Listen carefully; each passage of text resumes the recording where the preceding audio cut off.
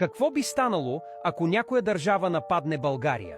Всички може да си мислят, че България няма шанс, но това е далеч от истината. Нека обясним.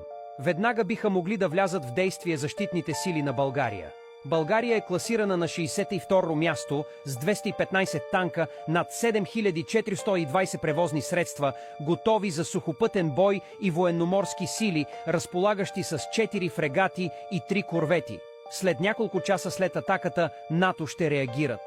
България, като членка на НАТО, означава, че атака срещу нея може да задейства член 5, призоваващ механизма за колективна защита на Алианса. 24 часа след атаката международното осъждане и санкции срещу нашественика ще започнат да нарастват. Световната общност ще се обедини в подкрепа на България, оказвайки политически и икономически натиск върху агресора. 3 дни по-късно, нахлуващата страна ще срещне силна съпротива от страните членки на НАТО.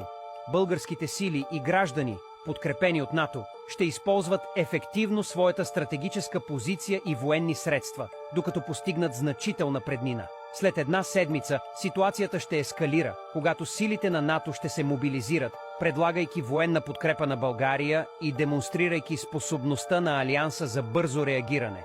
След един месец нашественикът ще започне да усеща въздействието на икономическите санкции.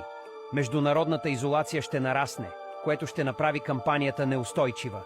Нещо повече, нашественикът ще понесе значителни загуби поради яростната съпротива на българския народ, което показва неговата устойчивост и решимост да защитава родината си.